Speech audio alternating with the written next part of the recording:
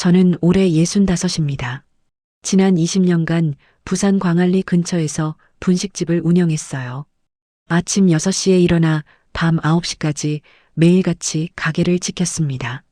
떡볶이 양념 만들고 튀김 반죽하고 김밥 싸는 일이 제 일상이었죠. 손님들이 맛있다고 할 때마다 뿌듯했어요. 그렇게 하루하루 땀 흘려 번 돈을 한 푼도 허투루 쓰지 않았습니다. 남편은 제가 40이 되던 해에 교통사고로 세상을 떠났어요. 그때 큰아들이 고등학생, 작은아들이 중학생이었습니다. 하늘이 무너지는 것 같았죠. 하지만 무너질 시간도 없었어요. 두 아들을 키워야 했으니까요. 새벽같이 일어나 가게 준비하고 밤늦게 들어와 아이들 도시락 싸는 게 제 삶이었습니다. 힘들었지만 아이들 웃는 얼굴 보면 그만이었어요. 그렇게 악착같이 모은 돈으로 15년 전에 해운대 상가 건물을 샀습니다. 당시 5억 정도 했던 그 건물이 지금은 25억까지 올랐어요. 믿기지 않는 일이었죠. 1층은 편의점, 2층부터 4층까지는 사무실로 임대를 줬습니다. 한 달에 들어오는 임대료만 700만 원 정도 됐어요. 그 돈으로 지금은 분식집 문을 닫고 편하게 살고 있습니다. 큰아들 민준이는 제 자랑입니다. 공부도 잘했고 성격도 온화했어요. 대학 졸업하고 부산시청 공무원이 됐죠. 결혼도 일찍 해서 지금은 예쁜 딸 둘을 키우고 있습니다. 명절 때마다 빠짐없이 찾아오고 어머니 몸은 괜찮으시냐고 전화도 자주 했어요. 며느리도 참 착했습니다. 제가 가끔 반찬 갖다 주면 너무 좋아하면서 고맙다고 인사했죠. 문제는 둘째 민수였습니다. 어릴 때부터 형과는 달랐어요. 공부에는 관심이 없고 친구들이랑 어울려 다니기만 했죠. 고등학교도 겨우겨우 졸업했습니다. 대학은 가지도 않았어요. 이 일 저 일 전전하다가 26에 치킨집을 하겠다고 했습니다. 창업 자금 5천만 원을 달라고 하더군요. 마음이 찢어지는 것 같았지만 줬어요. 제 아들인데 어떡하겠습니까? 그런데 1년 만에 가게 문을 닫았습니다. 장사가 안 된다는 거예요. 그 돈이 다 날아갔죠. 민수는 또 다른 사업 아이템이 있다며 손을 내밀었어요. 이번엔 3천만 원이었습니다. 또 줬습니다. 그것도 실패했어요. 30이 넘어서까지 민수는 변변한 직업 하나 없이 여기저기 떠돌아다녔습니다. 그러던 민수가 32에 결혼하겠다고 여자를 데려왔어요. 이름은 지혜였습니다. 첫인상부터 뭔가 마음에 들지 않았어요. 화장이 너무 진했고 말투도 건방졌죠. 제 눈을 제대로 쳐다보지도 않았습니다. 하지만 민수가 그렇게 결혼하고 싶어 하는데 반대할 수가 없었어요. 어쩌면 결혼하면 정신 차리지 않을까 싶었습니다. 결혼식 비용으로 3천만 원을 줬습니다. 신혼집 전세금으로 1억을 보탰어요. 제 통장 잔고가 눈에 띄게 줄어들었죠. 그래도 괜찮았습니다. 이제 민수가 철들어서 열심히 살 거라고 믿었으니까요. 결혼하고 나서 민수는 택배 일을 시작했습니다. 지혜는 마트에서 계산원으로 일했어요. 처음엔 다행이다 싶었어요.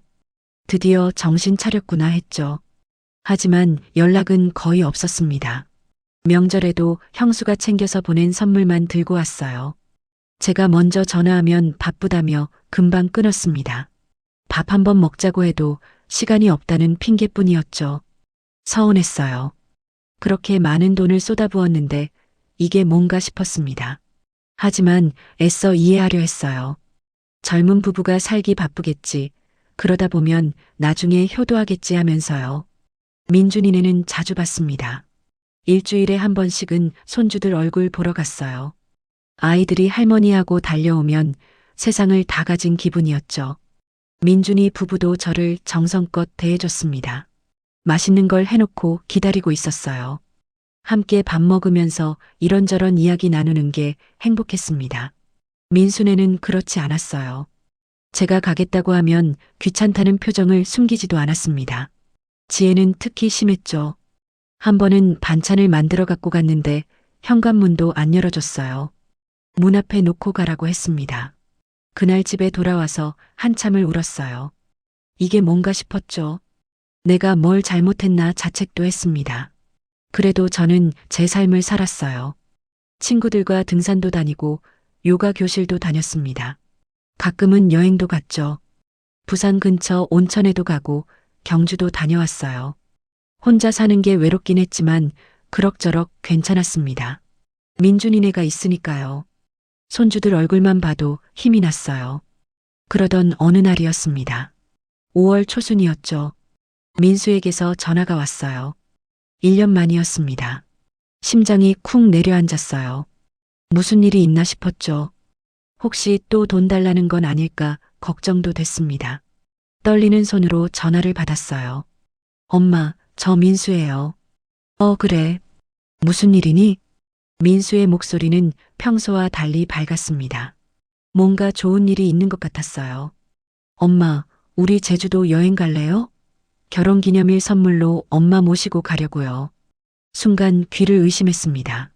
민수가 먼저 여행을 가자니요. 그것도 저를 모시겠다고요. 믿기지 않았어요. 하지만 기뻤습니다. 드디어 민수가 마음을 돌린 건가 싶었죠. 여행. 정말이니? 제주도라고? 목소리가 떨렸습니다. 너무 기뻐서 그랬어요. 민수가 먼저 이런 제안을 한 건 정말 처음이었거든요. 네, 엄마. 3박 4일로 다녀올까 해요. 지혜도 엄마 모시고 가고 싶대요. 지혜가 그런 말을 했다니 더욱 놀랐습니다. 그동안 저를 피하기 바빴던 며느리였는데요. 뭔가 달라진 게 틀림없었어요. 어쩌면 민수 부부가 철이 든 건지도 몰랐습니다. 그래, 좋다. 언제 가는데? 다음 주 금요일이요. 비행기표 제가 다 알아볼게요. 엄마는 짐만 싸시면 돼요. 전화를 끊고 나서 한참을 멍하니 앉아 있었어요. 가슴이 두근거렸습니다. 민수가 변했어요. 드디어 제 마음을 알아준 거예요. 그동안 서운했던 게 한꺼번에 녹아내리는 기분이었죠. 바로 민준이에게 전화했습니다. 민준아, 너 동생이나 제주도 데려간대. 네. 민수가요? 갑자기 왜요? 민준이도 놀란 목소리였어요. 형제지만 민준이도 동생을 잘 믿지 못하는 눈치였습니다. 결혼기념일 선물로 모시고 간대. 3박 4일이나. 그래요. 그럼 좋네요. 엄마 조심히 다녀오세요. 민준이 목소리에 뭔가 걱정하는 기색이 느껴졌어요. 하지만 저는 그냥 넘어갔습니다. 동생을 의심하는 게 싫었거든요. 일주일 내내 여행 준비를 했어요. 옷도 새로 샀습니다. 백화점에 가서 깔끔한 바지 정장을 골랐죠. 신발도 새 것으로 샀어요. 손주들 선물도 챙겼습니다. 제주도 특산품 사오려고 가방도 큰 걸로 준비했어요. 친구들한테도 자랑했습니다. 수요일 요가 교실에서 만난 순이한테 말했죠. 순이야, 나 이번 주에 제주도 가. 누구랑? 우리 같이 가기로 했었나? 아니야. 우리 둘째가 데려간대. 며느리도 같이. 순이 얼굴이 놀라움으로 가득 찼어요. 어머, 그 며느리가 평소에 그렇게 안 좋았다며? 응. 그런데 갑자기 연락 왔어. 결혼기념일 선물이래. 좋겠다. 그래도 조심해. 요새 사람들 속마음 알 수가 없어. 순이 말에 찔끔했습니다. 하지만 곧 고개를 저었어요. 아니에요. 민수는 제 아들입니다. 그렇게 나쁜 애가 아니에요. 금요일 아침이 밝았습니다. 전날 밤 설레서 잠을 제대로 못 잤어요. 새벽 4시에 일어나 짐을 다시 챙겼죠. 옷이며 화장품이며 약이며 하나하나 확인했습니다. 6시에 민수가 차를 몰고 왔어요. 현관문을 열고 나갔습니다. 민수가 차에서 내려 트렁크를 열어줬어요. 지혜도 뒷좌석에서 손을 흔들었습니다. 어머니, 안녕하세요. 그래, 지혜야. 잘 잤니? 네. 어서 타세요. 목소리가 평소와 달리 부드러웠어요. 화장도 연하게 했더군요. 뭔가 신경 쓴 티가 났습니다. 기분이 좋았어요. 며느리가 저를 위해 애쓴 게 느껴졌거든요. 차는 김해공항을 향해 달렸습니다. 아침 일찍이라 도로가 한산했어요. 민수가 라디오를 틀었죠. 경쾌한 음악이 흘러나왔습니다. 엄마, 제주도 가본 지 오래됐죠? 응. 한 10년 됐나? 친구들이랑 갔었는데. 이번에 제대로 구경시켜 드릴게요. 펜션도 바다 보이는 대로 잡았어요. 민수 말에 가슴이 따뜻해졌어요. 정말 신경 써서 준비한 게 느껴졌습니다. 공항에 도착했어요. 민수가 제 가방을 들어줬습니다. 지혜는 제 팔을 잡아줬어요. 마치 진짜 효부 같았죠. 보안 검색대를 지나 탑승구로 갔습니다. 비행기에 탔어요. 창가 자리였습니다. 민수가 일부러 창가로 예약했대요. 경치 보시라고요. 감동했어요. 이렇게까지 신경 써주다니요. 비행기가 이륙했습니다. 구름 위로 올라가는 게 신기했어요. 한참을 창밖을 바라봤죠. 민수와 지혜는 옆에서 이런저런 이야기를 했어요. 오늘 어디 갈지, 뭘 먹을지요. 1시간쯤 지나 제주공항에 도착했습니다. 렌터카를 빌렸어요. 깨끗한 흰색 SUV였죠. 민수가 운전석에, 지혜가 조수석에 앉았습니다. 저는 뒷좌석에 탔어요. 첫날은 동쪽 코스 돌 거예요. 성산 일출봉도 가고 섭지코지도 가고요. 그래, 좋다. 다 내 계획대로 하자. 차는 해안도로를 달렸습니다. 푸른 바다가 눈앞에 펼쳐졌어요. 5월의 제주는 참 아름다웠습니다. 유채꽃이 노랗게 피어 있었죠. 점심은 해녀의 집에서 먹었어요. 성게미역국이 일품이었습니다. 전복도 싱싱했어요. 민수가 제 앞에 반찬을 챙겨줬죠. 지혜도 물을 따라줬습니다. 어머니, 맛있으세요? 응, 정말 맛있다. 너희도 많이 먹어. 식사하면서 이런저런 이야기를 나눴어요. 민수가 요새 택배 일이 힘들다고 했습니다. 지혜는 마트에서 승진했대요. 다행이다 싶었어요. 두 사람 다 열심히 사는 것 같았거든요. 오후에는 성산 일출봉에 올랐습니다. 계단이 가팔랐어요. 숨이 찼죠. 민수가 제 손을 잡아줬어요. 천천히 올라갔습니다. 정상에 오르니 바다가 한눈에 들어왔어요. 장관이었죠. 와, 정말 멋지다. 그죠? 내일 일출 보러 올까요? 좋지. 같이 보자. 민수가 웃었습니다. 오랜만에 보는 순수한 웃음이었어요. 어릴 때 민수 얼굴이 떠올랐죠. 착하고 귀여웠던 아들이요. 펜션에 도착한 건 저녁 6시쯤이었어요. 2층짜리 독채였습니다. 민수 말대로 바다가 바로 앞에 보였죠. 파도 소리가 들렸어요. 방이 3개였습니다. 제일 좋은 방을 저한테 줬어요. 엄마, 여기서 쉬세요. 저희는 저녁 준비할게요. 그래, 내가 도와줄까? 아니에요. 어머니는 쉬세요. 지혜가 웃으며 말했습니다. 정말 달라졌어요. 이게 같은 사람인가 싶었죠. 방에 들어가 침대에 누웠어요. 피곤했지만 기분이 좋았습니다. 이런 날이 올 줄 몰랐거든요. 저녁은 바비큐였어요. 테라스에서 고기를 구웠죠. 제주 흑돼지였습니다. 육즙이 가득했어요. 맥주도 한 잔 마셨죠. 오랜만에 마시는 술이었습니다. 엄마, 건배해요. 이렇게 모시고 와서 좋네요. 민수가 잔을 들었어요. 저도 잔을 부딪혔습니다. 그래. 데려와줘서 고맙다. 저희도 감사해요. 어머니. 지혜도 잔을 들었어요. 셋이서 건배했습니다. 바다를 보며 고기를 먹었어요. 파도 소리를 들으며 맥주를 마셨죠. 행복했습니다. 정말 오랜만에 느끼는 행복이었어요. 그날 밤 잠자리에 들면서 생각했습니다. 역시 제 아들이에요. 늦었지만 철이 들었어요. 이제부터 자주 만날 수 있겠죠. 이런 여행도 또 올 수 있을 거예요. 그런 기대를 하며 잠이 들었습니다. 하지만 그게 착각이었다는 걸 다음 날 알게 됐죠. 다음 날 아침 일찍 일어났습니다. 일출을 보러 가기로 했거든요. 창밖을 보니 하늘이 밝아오고 있었어요. 서둘러 씻고 옷을 갈아입었죠. 거실로 나갔습니다. 민수와 지혜는 이미 준비를 마친 상태였어요. 간단히 빵과 우유로 아침을 먹고 차에 올랐습니다. 성산 일출봉으로 향했죠. 주차장은 이미 사람들로 붐볐어요. 다들 일출을 보러 온 거였습니다. 민수가 제 손을 잡고 천천히 걸었어요. 어제보다 더 배려하는 것 같았죠. 정상에 올랐을 때 막 해가 떠오르고 있었습니다. 수평선 너머로 붉은 태양이 모습을 드러냈어요. 숨이 멎을 만큼 아름다웠죠. 사람들이 탄성을 질렀습니다. 와, 정말 장관이다. 제 옆에서 민수가 말했어요. 지혜도 사진을 찍느라 바빴습니다. 저도 휴대폰을 꺼내 사진을 찍었어요. 민준이한테 보내주려고요. 일출을 본 뒤 펜션으로 돌아왔습니다.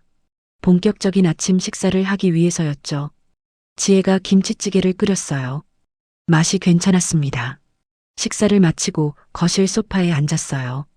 커피를 마시며 오늘 일정을 이야기했죠. 그때였습니다. 민수가 갑자기 조심스러운 표정을 지었어요. 엄마, 할 말이 있는데요. 순간 가슴이 철렁했습니다. 뭔가 불길한 예감이 들었어요. 하지만 애써 웃으며 대답했죠. 그래, 뭔데? 민수가 지혜를 쳐다봤습니다. 지혜가 고개를 끄덕였어요. 둘 사이에 뭔가 미리 짜놓은 게 분명했죠. 저희가 사실은 사업 아이템이 하나 생겼어요. 역시 그랬습니다. 여행이 목적이 아니었던 거예요. 가슴이 쿵 내려앉았죠. 하지만 참았습니다. 일단 들어보기로 했어요. 무슨 사업인데? 제 친구가 인테리어 회사를 하거든요. 근데 사업이 정말 잘 돼요. 저보고 같이 하자고 하는데 초기 자금이 좀 필요해요. 인테리어 사업이요. 민수가 그걸 할 수 있을까요? 장사도 제대로 못 해본 애가요. 의심이 들었습니다. 얼마나 필요한데? 민수가 말을 더듬었어요. 지혜가 대신 입을 열었죠. 어머니, 7억 정도 필요해요. 사무실 보증금이랑 장비 구입비, 인건비까지 합쳐서요. 7억이라고요. 순간 귀를 의심했습니다. 어마어마한 금액이었어요. 제 건물 임대료로 1년에 8천만 원 정도 버는데 그걸 모아도 한참 걸리는 돈이었죠. 7억은 너무 큰 돈 아니니?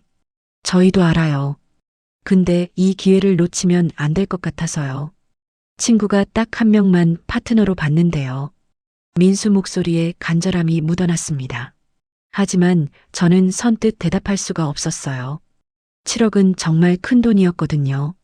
민수야, 엄마가 그렇게 큰 돈은 없어. 건물이 25억이긴 한데 그걸 팔 순 없잖니. 건물을 팔라는 게 아니에요. 담보대출 받으시면 돼요. 지혜가 재빨리 말했습니다. 이미 다 계획해둔 게 분명했어요. 담보대출이요. 그럼 매달 이자를 갚아야 하는 거잖아요. 그래도 7억은 너무 많아. 엄마가 이자를 어떻게 갚니? 저희가 갚을게요. 사업 시작하면 한 달에 3천은 벌어요. 그걸로 이자 드리고 원금도 갚을게요. 민수가 자신 있게 말했습니다. 하지만 믿기지 않았어요. 지금까지 한 번도 성공한 적 없는 아들인데요. 민수야, 그건 너무 위험해. 만약 사업이 안 되면 어떡하니? 안 될 리 없어요. 친구가 이미 몇 년째 하고 있는 사업이에요. 검증된 거예요. 지혜가 거들었습니다. 둘이서 저를 설득하려는 게 느껴졌어요. 가슴이 답답했죠. 그래도 7억은 안 돼. 엄마가 2억 정도는 도와줄 수 있어. 그 돈으로 작게 시작해봐. 제 말에 민수 얼굴이 굳었습니다. 지혜는 노골적으로 인상을 찌푸렸어요. 2억으로는 안 돼요. 최소 7억은 있어야 해요. 그럼 나머지는 너희가 대출받든지 해. 저희 신용으로는 대출이 안 나와요. 어머니가 도와주셔야 돼요. 지혜 목소리가 점점 날카로워졌습니다. 평소 모습이 나오기 시작한 거죠. 지혜야, 그래도 7억은 너무 큰 돈이야. 엄마 입장도 생각해줘. 어머니는 건물 있잖아요. 25억짜리요. 그거 나중에 다 누가 받아요? 어차피 자식들 주실 거면서 왜 지금 안 도와주세요? 순간 머리가 멍해졌습니다. 결국 이게 목적이었던 거예요. 제 재산이요. 여행은 핑계였고 진짜 목적은 돈이었던 겁니다. 지혜야, 그런 식으로 말하는 거 아니야. 민수가 며느리를 말렸어요. 하지만 형식적인 말일 뿐이었죠. 민수 표정도 불만으로 가득했거든요. 왜요? 사실이잖아요. 어머니는 큰아들만 좋아하시잖아요. 저희한텐 관심도 없으면서. 무슨 소리니? 엄마가 너희한테 얼마나 많이 도와줬는데. 제 목소리가 떨렸습니다. 억울했어요. 결혼 비용에 전세금에 그동안 얼마나 많은 돈을 쏟아부었는데요. 그게 얼만데요? 큰아들한텐 더 많이 주셨잖아요. 민준이한텐 따로 준 거 없어. 스스로 다 벌어서 산 거야. 거짓말 마세요. 분명히 더 주셨을 거예요. 지혜가 소리를 질렀습니다. 완전히 돌변한 거예요. 어제까지의 상냥한 며느리는 온데간데 없었죠. 민수도 가만히 있지 않았습니다. 엄마, 솔직히 형만 편애하시잖아요. 저는 맨날 혼내기만 하시고, 그건 내가 말썽만 부려서 그랬지. 엄마가 너 미워서 그랬니? 어쨌든 저한테 7억 못 주시는 거죠? 민수가 쏘아붙였습니다. 제 아들 맞나 싶었어요. 이렇게 차갑고 무서운 표정은 처음 봤죠. 지금 당장은 못 줘. 그렇게 큰 돈은 준비가 안 돼 있어. 그럼 언제요? 한 달 뒤요? 2달 뒤요? 시간을 줘. 엄마가 생각 좀 해볼게. 생각은 무슨 생각이에요? 안 준다는 거잖아요. 지혜가 비웃듯 말했습니다. 그리고 민수를 쳐다봤어요. 민수가 고개를 끄덕였죠. 그럼 저희도 생각이 있어요. 민수가 차갑게 말하고 일어섰습니다. 지혜도 따라 일어났어요. 둘은 방으로 들어가 버렸죠. 저는 소파에 그대로 앉아 있었습니다. 무슨 일이 벌어진 건지 실감이 나지 않았어요. 방금 전까지 웃고 떠들던 아들과 며느리가 갑자기 돌변했죠. 손이 떨렸습니다. 가슴이 두근거렸어요. 30분쯤 지났을까요? 민수와 지혜가 방에서 나왔습니다. 짐을 싸들고 있었어요. 뭐하니? 어디가? 저희 먼저 갈게요. 그럼 나는? 어머니는 알아서 가세요. 비행기표는 어머니 걸로 따로 있으니까. 민수가 냉정하게 말했습니다. 그리고 지혜와 함께 현관문을 열고 나갔어요. 저는 급히 뒤따라갔죠. 야, 민수야. 하지만 둘은 차에 타고 있었습니다. 시동을 걸었어요. 제가 달려갔지만 차는 이미 움직이고 있었죠. 저를 펜션에 남겨둔 채로요. 차가 멀어지는 걸 멍하니 바라봤습니다. 믿을 수가 없었어요. 제 아들이 저를 버리고 간 거예요. 제주도 한가운데서요. 다리에 힘이 풀렸습니다. 그 자리에 주저앉고 말았죠. 5월의 제주는 아침에 쌀쌀했어요. 바람이 세게 불었습니다. 온몸이 떨렸죠. 추워서인지 분노 때문인지 알 수 없었어요. 얼마나 그렇게 있었을까요? 펜션 주인이 나왔습니다. 50대쯤 되어 보이는 여자분이었어요. 손님 괜찮으세요? 왜 여기 앉아 계세요? 저기요. 같이 온 사람들이 차 타고 가버렸어요. 떨리는 목소리로 말했습니다. 펜션 주인이 깜짝 놀란 표정을 지었어요. 네, 손님을 두고요? 잠깐만요. 펜션 주인이 저를 부축해 일으켰습니다. 안으로 들어가자고 했어요. 거실 소파에 앉혔죠. 따뜻한 차를 내왔습니다. 천천히 마시세요. 무슨 일이세요? 아들하고 며느리가 저를 두고 갔어요. 아드님이요? 어머, 어떻게 그런 일이. 펜션 주인이 황당하다는 표를 지었습니다. 저도 황당했어요. 이게 현실인지 꿈인지 구분이 안 됐죠. 혹시 연락은 되세요? 한번 해볼게요. 떨리는 손으로 휴대폰을 꺼냈습니다. 민수에게 전화를 걸었어요. 신호음이 울렸죠. 1번, 2번, 3번. 받지 않았습니다. 다시 걸었어요. 이번엔 아예 꺼져 있었습니다. 전화를 안 받네요. 꺼버렸어요. 어머 세상에. 어떻게 그럴 수가 있어요. 펜션 주인도 어이없다는 표정이었습니다. 저는 그제야 눈물이 나왔어요. 참고 참았던 게 한꺼번에 터져 나왔죠. 제가 뭘 잘못했을까요? 아들을 키우느라 평생을 고생했는데. 울지 마세요. 일단 진정하시고요. 펜션 주인이 등을 토닥여줬습니다. 낯선 사람인데도 따뜻했어요. 오히려 제 자식보다 낫더군요. 한참을 울고 나니 조금 진정이 됐습니다. 펜션 주인이 물었어요. 혹시 다른 가족분은 안 계세요? 큰아들이 있긴 한데 부산에 있어요. 전화해 보세요. 큰아드님한테. 맞아요. 민준이한테 연락해야죠. 민준이에게 전화를 걸었습니다. 다행히 바로 받았어요. 엄마, 무슨 일이세요? 민준아. 목소리가 떨렸습니다. 말이 제대로 나오지 않았어요. 엄마, 왜 그러세요? 무슨 일 있어요? 민수가 나를 버리고 갔어. 네, 무슨 소리세요? 민준이 당황한 목소리로 물었습니다. 저는 있었던 일을 전부 이야기했어요. 돈 이야기부터 펜션에 버려진 것까지요. 지금 어디세요? 펜션이야. 서귀포 쪽인 것 같은데. 펜션 주인분 좀 바꿔주세요. 펜션 주인에게 전화를 건넸습니다. 민준이와 한참 통화하더군요. 위치를 알려주고 상황을 설명했어요. 아드님이 공항으로 오시래요. 비행기표 예매해 주신대요. 고맙습니다. 정말 고맙습니다. 펜션 주인이 저를 공항까지 태워다 주겠다고 했습니다. 친절한 분이었어요. 짐을 챙겨 차에 실었죠. 차 안에서 펜션 주인이 말했습니다. 어머니, 너무 상심하지 마세요. 세상에 좋은 사람도 많아요. 고맙습니다. 덕분에 큰일 날 뻔했어요. 아니에요. 당연한 일 한 거예요. 공항까지 40분 정도 걸렸습니다. 펜션 주인이 제가 내릴 때까지 기다려줬어요. 감사 인사를 몇 번이나 했죠. 공항에 들어갔습니다. 민준이가 보내준 모바일 티켓을 확인했어요. 2시간 뒤 비행기였습니다. 대합실에 앉아 기다렸죠. 주변 사람들이 모두 행복해 보였어요. 가족들끼리 웃고 떠들고 있었습니다.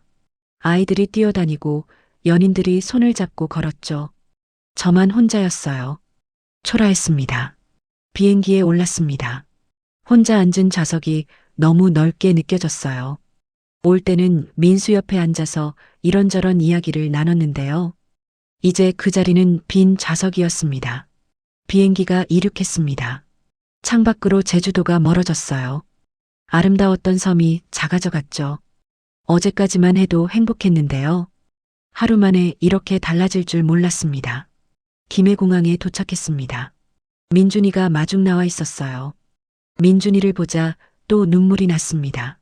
엄마, 민준이가 저를 꼭 안아줬어요. 그 품에서 한참을 울었습니다. 사람들이 쳐다봤지만 신경 쓰지 않았어요. 괜찮아요, 엄마. 이제 됐어요. 민준이가 제 등을 토닥였습니다.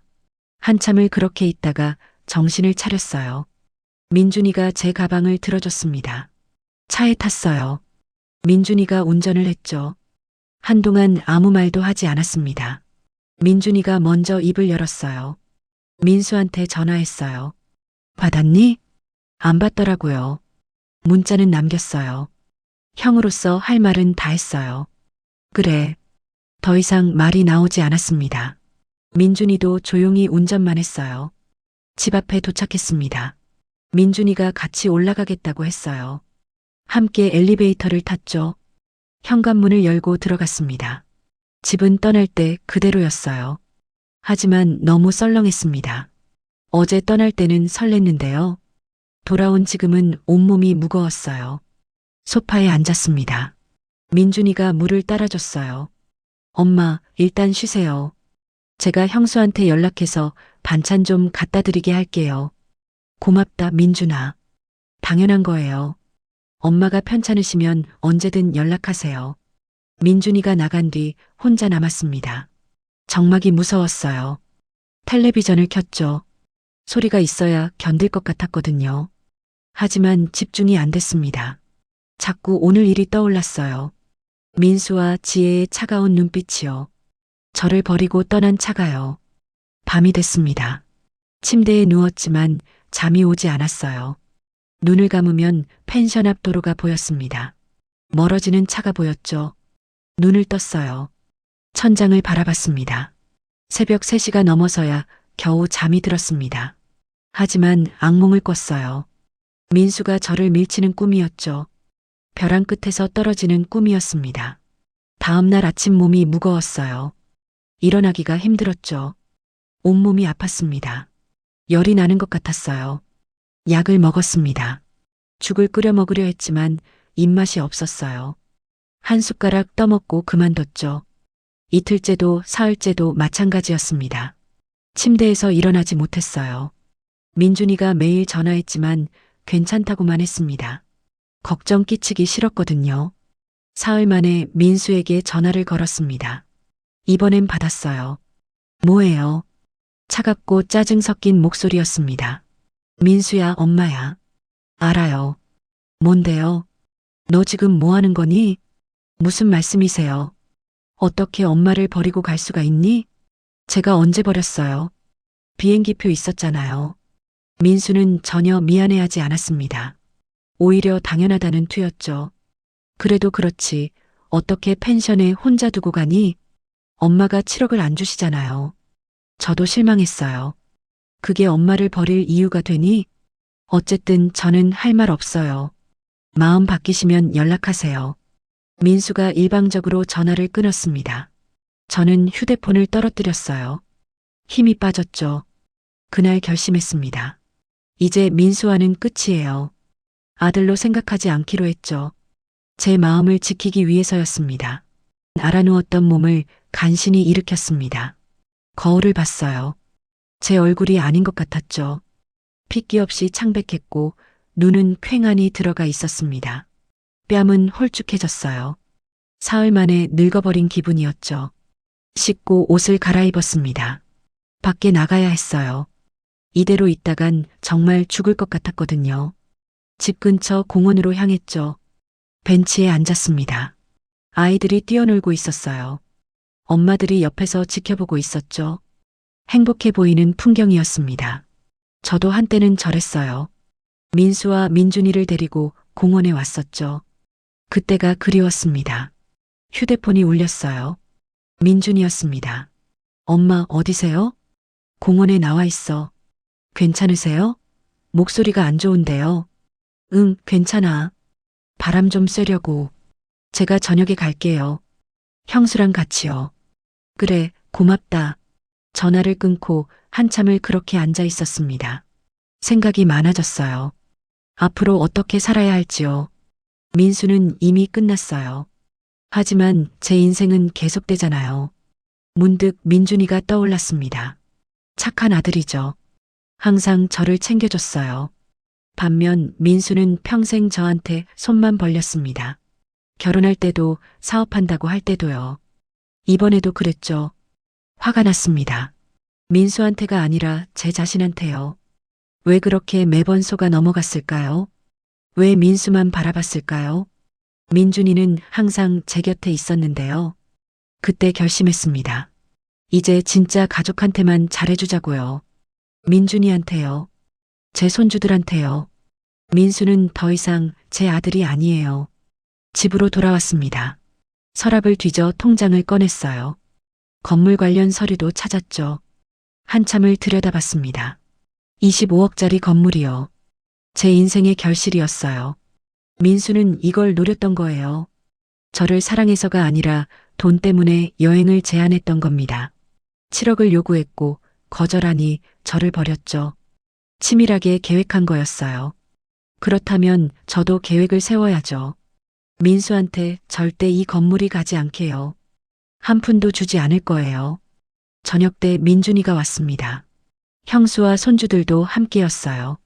아이들이 할머니하고 달려들었습니다. 그 순간만큼은 모든 걸 잊을 수 있었어요. 엄마, 괜찮으세요? 얼굴이 많이 안 좋으신데. 형수가 걱정스러운 얼굴로 물었습니다. 응, 좀 피곤해서 그래. 괜찮아. 제가 미역국이랑 반찬 좀 해왔어요. 냉장고에 넣어둘게요. 고맙다, 며느리야. 저녁을 함께 먹었습니다. 민준이네 식구들과 둘러앉아 밥을 먹으니 마음이 편했어요. 이게 가족이구나 싶었죠. 식사 후 아이들을 재우고 거실에서 차를 마셨습니다. 민준이가 조심스럽게 입을 열었어요. 엄마, 민수 때문에 많이 속상하시죠? 응. 형수랑 얘기했는데요. 엄마가 우리 집 근처로 이사 오시면 어떨까요? 깜짝 놀랐습니다. 생각지도 못한 제안이었어요. 너희 집 근처로? 네. 저희 아파트 단지에 매물 나온 집이 있어요. 그리 크진 않지만 엄마 혼자 사시기엔 괜찮아요. 그런데 여긴 어떡하니? 팔으시면 되죠. 이 집도 건물도요. 민준이 말에 가슴이 철렁했습니다. 건물을 팔라고요. 건물을 왜 팔아? 엄마, 솔직히 말씀드릴게요. 민수가 포기 안 할 것 같아요. 계속 괴롭힐 거예요. 맞는 말이었습니다. 민수는 절대 포기하지 않을 거예요. 7억을 손에 넣을 때까지요. 그리고 건물 관리하시는 것도 힘드시잖아요. 임대료 받는 건 좋지만 이것저것 신경 쓸 일이 많으시잖아요. 그것도 맞았어요.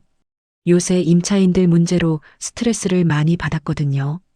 팔고 그 돈으로 편하게 사세요. 필요한 건 저희가 다 도와드릴게요. 형수도 거들었습니다.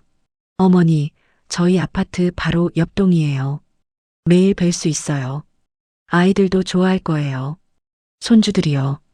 매일 볼 수 있다는 게 솔깃했습니다. 생각해 볼게. 좋은 생각이긴 한데, 천천히 생각하세요. 급한 건 아니니까요. 민준이가 웃으며 말했습니다. 하지만 저는 이미 마음을 정했어요. 파는 게 맞아요. 민수한테 빌미를 주지 않으려면요. 다음날 부동산에 전화했습니다. 건물을 내놓겠다고 했어요. 부동산 사장이 깜짝 놀랐죠. 사장님, 그 건물 입지가 얼마나 좋은데요? 진짜 파실 거예요? 네, 팔 겁니다. 빨리 매수자 찾아주세요. 알겠습니다. 그런데 금매는 아니시죠? 금매는 아닌데 빨리 팔고 싶어요. 한 달 안에요. 한 달이요? 알겠습니다. 최선을 다해 볼게요. 이 집도 내놨습니다. 15년 살았던 집이었어요. 추억이 많았죠. 하지만 이제 떠나야 할 때였습니다. 민준이한테도 알렸어요. 건물이랑 집을 다 판다고요. 민준이가 놀랐지만 지지해줬습니다. 잘 생각하셨어요, 엄마. 새로 시작하세요. 그래, 그럴게. 나흘째 되던 날 민수에게서 전화가 왔습니다. 일주일 만이었어요. 엄마, 왜? 죄송해요. 그날 제가 너무 욱했어요. 진심 없는 사과였습니다. 목소리에 미안함이 전혀 없었거든요. 그래도 엄만데 어떻게 그럴 수가 있었어요. 반성하고 있어요. 거짓말이에요. 반성 따위 안 하고 있다는 게 느껴졌죠. 민수야, 엄마 말 잘 들어. 네, 엄마. 앞으로 연락하지 마. 너는 이제 내 아들이 아니야. 엄마, 그게 무슨 말씀이세요?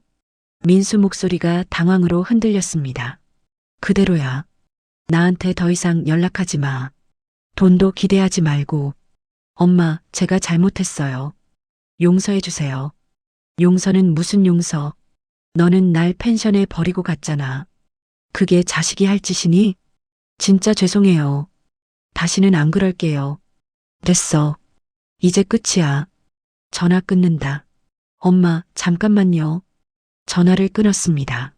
민수가 다시 걸어왔지만 받지 않았어요. 문자가 왔죠. 죄송하다는 말뿐이었습니다. 믿지 않았어요. 민수는 돈 때문에 사과하는 거예요. 절 사랑해서가 아니라요. 일주일 후 건물 매수자가 나타났습니다. 25억에 계약했어요. 집도 팔렸습니다. 5억을 받았죠. 총 30억이었습니다. 어마어마한 돈이었어요. 평생 모은 재산이었죠. 민준이를 불렀습니다. 15억을 주겠다고 했어요. 엄마, 이게 뭐예요? 너 줄 거야. 효자한테 주는 거지. 이렇게 큰 돈을 어떻게 받아요? 받아. 너는 자격이 있어. 평생 날 잘 챙겨줬잖아. 민준이가 눈시울을 붉혔습니다. 고맙습니다, 엄마. 고맙긴. 당연한 거지. 나머지 15억은 제 노후자금으로 남겼어요. 은행에 예금했죠. 이자만으로도 편하게 살 수 있는 돈이었습니다. 민준이네 아파트 근처로 이사했습니다. 짐은 많지 않았어요. 필요한 것만 챙겼죠. 나머지는 다 정리했습니다. 새 아파트는 깨끗했어요. 햇볕이 잘 들었죠. 무엇보다 민준이네가 가까웠습니다. 걸어서 5분 거리였어요.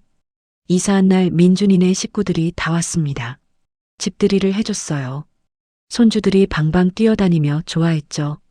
할머니 집 좋아요. 그래, 자주 놀러와.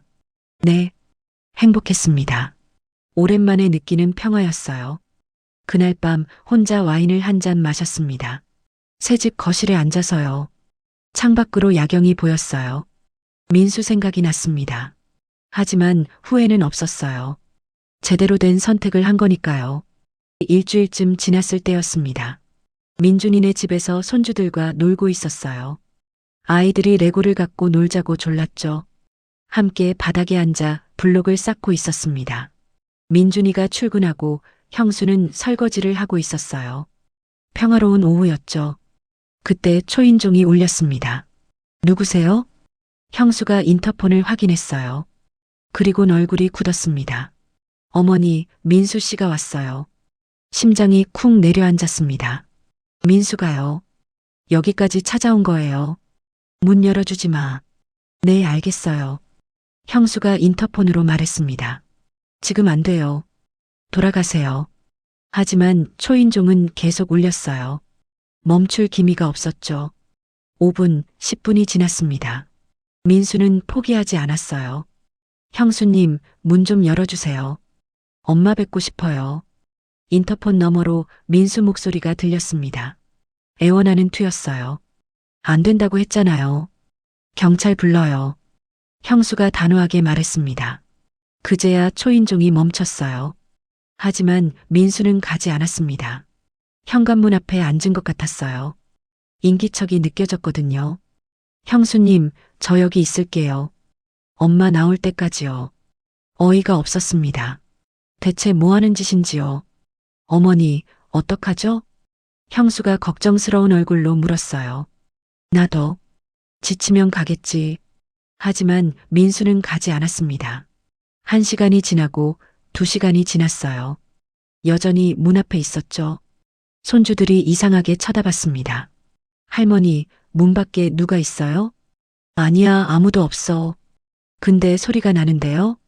아이들을 속일 순 없었어요. 형수가 재빨리 말했습니다. 할머니 친구분이야. 잠깐만 기다리시래. 다행히 아이들은 고개를 끄덕이며 다시 놀이에 집중했어요. 3시간째 되었을 때 민준이가 퇴근했습니다. 현관문을 열자 민수가 바닥에 앉아 있었어요. 너 뭐 하는 거야? 민준이가 차갑게 물었습니다. 형, 엄마 좀 만나게 해줘. 엄마가 싫대. 돌아가. 안 돼. 나 여기서 안 갈 거야. 민수가 고집을 부렸습니다. 민준이가 한숨을 쉬었어요. 들어와. 여기서 이러지 말고. 민준이가 민수를 집 안으로 들였습니다. 저는 손주들 방으로 피했어요. 보기 싫었거든요. 거실에서 형제의 대화 소리가 들렸습니다. 형, 나 진짜 잘못했어. 엄마한테 용서받고 싶어? 용서는 무슨 용서야?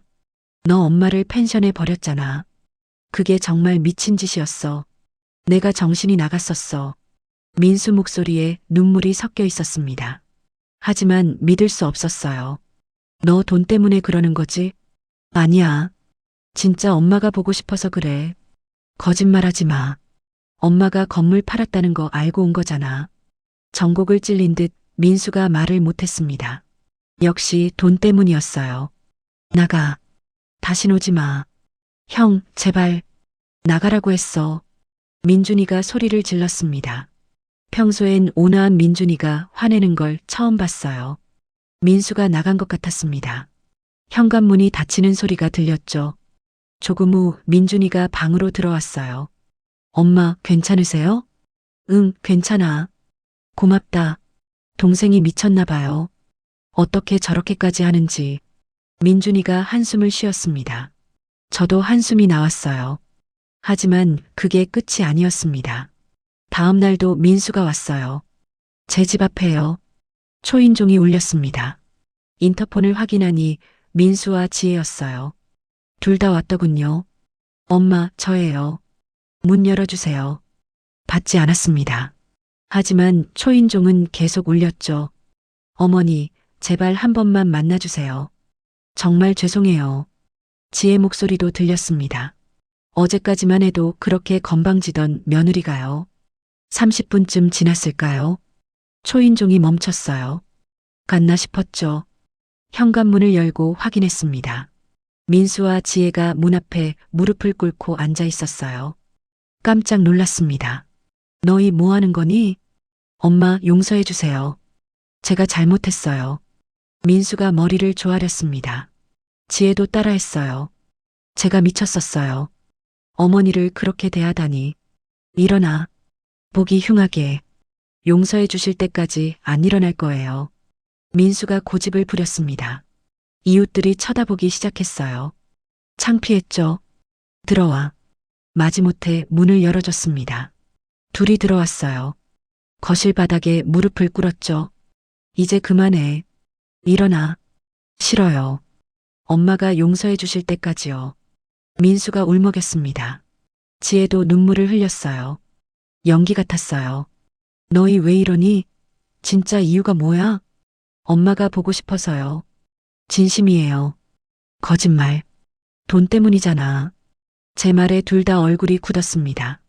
역시 그랬어요. 건물 팔았다는 거 알고 온 거지? 돈 좀 달라고? 아니에요, 엄마. 그게 아니라. 그럼 뭔데? 진짜 용서받고 싶어서?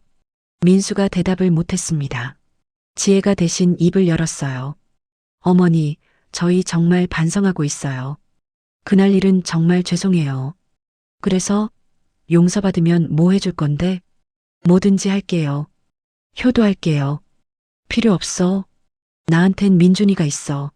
제 말에 민수가 고개를 들었습니다. 눈이 충혈되어 있었어요. 형한테 돈 주셨죠? 얼마 주셨어요? 역시 돈 이야기가 나왔습니다. 예상했던 바였어요. 그건 내가 알 바 아니야. 불공평해요. 저도 아들인데 너는 자격이 없어. 자격이요? 전 왜 자격이 없는데요? 민수가 목소리를 높였습니다. 본색이 나오기 시작한 거죠. 너는 날 버렸잖아. 펜션에 혼자 두고 갔잖아. 그건 제가 잘못했어요. 근데 이미 용서 빌었잖아요. 입으로만 빌었지. 진심이 없잖아. 진심 있어요. 제가 얼마나 후회했는데요. 민수가 소리를 질렀습니다. 지혜가 민수를 말렸어요. 여보, 진정해. 진정은 무슨, 엄마가 형한테만 돈 주시고 저한텐 안 주시잖아요. 결국 본심이 나왔습니다. 돈이었어요. 처음부터 끝까지요. 그래, 맞아. 민준이한테 줬어. 15억. 민수 눈이 커졌습니다. 지혜도 입을 벌렸어요. 15억이요? 형한테요? 그래. 효자니까 줬지. 그럼 저한텐요? 저한텐 얼마 주실 거예요? 한 푼도 안 줘. 네. 너한텐 안 줘. 유산도 없어. 제 말에 민수 얼굴이 새하얗게 변했습니다. 엄마, 그게 무슨 말씀이세요? 그대로야. 너한텐 한 푼도 안 남겨줄 거야. 저도 아들인데요. 아들은 무슨 아들. 너는 날 버렸잖아. 민수가 벌떡 일어났습니다. 지혜도 따라 일어났어요. 이럴 거면 왜 낳으셨어요? 왜 저를 낳아서 이렇게 만드세요? 내가 스스로 그렇게 만든 거야. 아니에요. 엄마가 형만 편애해서 그래요. 편애는 무슨, 내가 못나서 그런 거지. 심한 말이었습니다. 하지만 참을 수가 없었어요. 민수가 주먹을 쥐었습니다. 눈에 분노가 가득했어요. 좋아요. 알겠어요. 이제 진짜 끝이네요. 그래, 끝이야. 나가. 민수가 지혜 손을 잡고 현관으로 향했습니다. 문을 열며 뒤돌아봤어요. 후회하실 거예요. 후회 안 해. 썩 나가. 문이 쾅 닫혔습니다. 저는 그 자리에 주저앉았어요. 온몸이 떨렸죠. 하지만 후회는 없었습니다. 제대로 한 거예요. 민수가 떠난 뒤 한동안 멍하니 앉아 있었습니다. 가슴이 답답했어요. 아무리 미운 자식이라도 제 뱃속에서 나온 아들인데요. 완전히 끊는다는 게 쉽지 않았죠. 하지만 이게 맞는 거라고 스스로를 다독였습니다. 민수는 변하지 않아요. 돈만 보는 아들이에요. 저를 사랑한 적이 없었죠. 휴대폰이 울렸습니다. 민준이었어요. 엄마, 민수가 또 갔다 왔다며요? 형수한테 들었어요. 응, 방금 갔어. 괜찮으세요? 괜찮아. 이젠 정말 끝이야. 민준이가 한숨을 쉬는 소리가 들렸습니다. 엄마, 힘드시면 저희 집으로 오세요. 형수가 저녁 준비해놨어요. 그래, 갈게. 민준이네 집으로 갔습니다. 걸어서 5분이면 닿는 거리였어요. 참 잘한 선택이었죠. 초인종을 누르자 손주들이 문을 열어줬습니다. 할머니, 우리 예쁜이들, 오늘 뭐 했어? 유치원에서 그림 그렸어요. 아이들이 종이를 들고 왔어요. 형형색색의 크레파스로 그린 그림이었죠. 서툴지만 예뻤습니다. 와, 진짜 잘 그렸네. 할머니 줄 거야? 네. 할머니 방에 붙여요. 그래, 고맙다. 아이들을 안아줬습니다. 따뜻했어요. 이 아이들이 제 진짜 가족이죠. 저녁 식사를 했습니다. 형수가 정성껏 차린 밥상이었어요. 된장찌개에 생선구이, 나물 반찬들이 가득했죠. 어머니, 많이 드세요. 그래, 고맙다. 다 같이 둘러앉아 밥을 먹었습니다. 손주들이 제잘제잘 유치원 이야기를 했어요. 민준이는 회사 이야기를 했죠. 형수는 웃으며 듣고 있었습니다. 이게 행복이구나 싶었어요. 화목한 가족이요. 민수네와는 달랐죠. 민수네는 늘 불편했거든요. 눈치 보고 말 조심하고요. 하지만 여기선 편했습니다. 식사 후 거실에서 차를 마셨어요. 손주들은 방에서 놀고 있었죠. 엄마, 민수 연락 오면 받지 마세요. 안 받을 거야. 이젠 정말 끝이야. 잘하셨어요. 그게 맞아요. 민준이가 제 손을 잡아줬습니다. 따뜻했어요. 민준아, 내가 있어서 다행이야. 무슨 말씀을요? 제가 더 감사하죠. 아니야. 엄마가 더 고마워. 평생 효자였잖아. 민준이가 웃었습니다. 순한 웃음이었어요. 이 아들은 정말 착했죠. 집으로 돌아왔습니다. 새 아파트가 이제 익숙해졌어요. 작지만 아늑했죠. 혼자 살기 딱 좋은 크기였습니다. 침대에 누웠어요. 천장을 바라봤습니다. 오늘 있었던 일이 주마등처럼 지나갔죠. 무릎 꿇고 빌던 민수가 떠올랐어요. 하지만 후회는 없었습니다.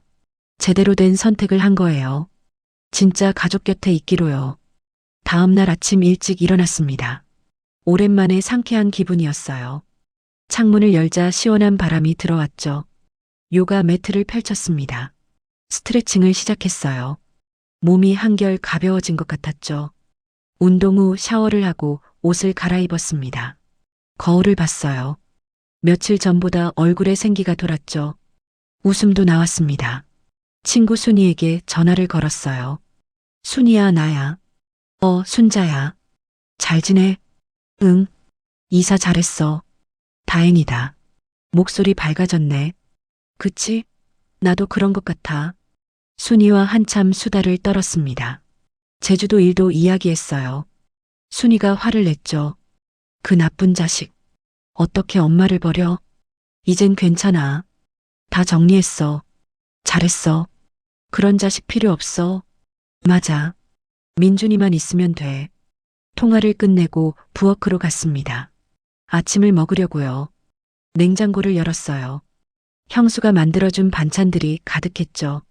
밥을 차려 먹었습니다. 혼자 먹는 밥이지만 맛있었어요. 마음이 편하니까요. 점심 무렵 민준이가 왔습니다. 오늘은 재택근무래요. 엄마, 점심 드셨어요? 아직. 너는? 저도요. 같이 먹을까요? 제가 짜장면 시킬게요. 좋지. 민준이가 배달앱으로 주문했습니다. 30분쯤 지나 짜장면이 왔어요. 둘이서 마주 앉아 먹었습니다. 민준이가 단무지를 집어 제 그릇에 올려줬어요. 엄마, 이거 맛있어요. 그래, 고맙다.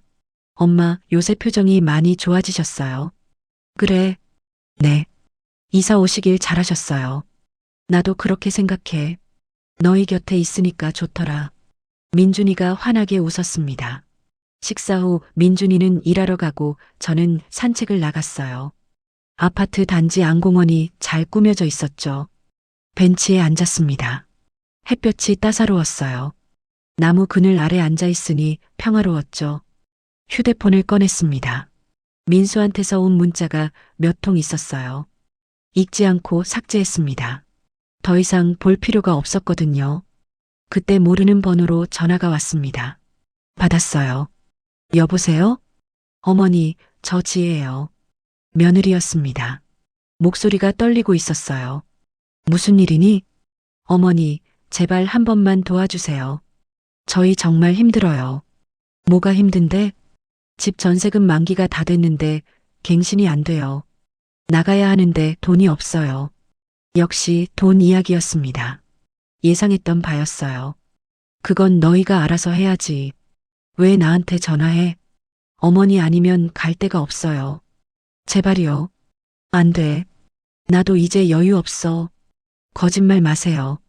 건물 팔아서 30억 받으셨잖아요. 지혜 목소리가 높아졌습니다. 본색이 나온 거죠. 그 돈은 다 쓸 데가 있어. 어디요? 큰아들한테 다 주셨죠? 그건 내가 알 바 아니야. 불공평해요. 저희도 도와주셔야죠. 너희는 날 버렸잖아. 왜 도와줘야 하는데? 제 말에 지혜가 말문이 막힌 듯 했습니다. 그건 저희가 잘못했어요. 그래도 가족 아니에요? 가족은 무슨 가족? 이제 남이야. 어머니, 더 이상 전화하지 마. 안 받을 거야. 전화를 끊었습니다. 번호를 차단했어요. 민수 번호도 차단했죠. 이제 연락할 방법이 없을 겁니다. 가슴이 시원했습니다. 속이 다 후련했어요. 그날 저녁 민준이네 가족이 제 집으로 왔습니다. 손주들 생일 파티를 하자고요. 쌍둥이라 생일이 같았거든요. 케이크를 사왔어요. 초를 꽂고 불을 켰죠. 아이들이 눈을 반짝였습니다. 생일 축하합니다. 생일 축하합니다. 다 같이 노래를 불렀어요. 아이들이 초를 불었죠. 박수가 터져 나왔습니다. 케이크를 나눠 먹었어요. 달콤했죠. 행복의 맛이었습니다. 할머니, 우리 생일 챙겨줘서 고마워요. 아니야, 고맙긴. 할머니가 더 고마워. 손주들을 안아줬습니다. 따뜻했어요. 그날 밤 혼자 남아 생각했습니다. 인생이 참 묘하다고요. 두 아들을 낳았지만 한 명과는 남이 됐죠. 하지만 후회는 없었습니다. 진짜 가족은 피가 아니라 마음으로 이어지는 거니까요. 민준이와 형수, 그리고 손주들이 제 진짜 가족이에요. 창밖을 바라봤습니다. 별이 빛나고 있었어요. 오랜만에 보는 아름다운 밤하늘이었죠. 민수를 떠나보낸 건 슬픈 일이었습니다. 하지만 그게 제 인생에서 가장 잘한 선택이었어요. 저를 버린 사람 곁에서 고통받는 대신 저를 사랑하는 사람들과 함께 행복하게 사는 것이요.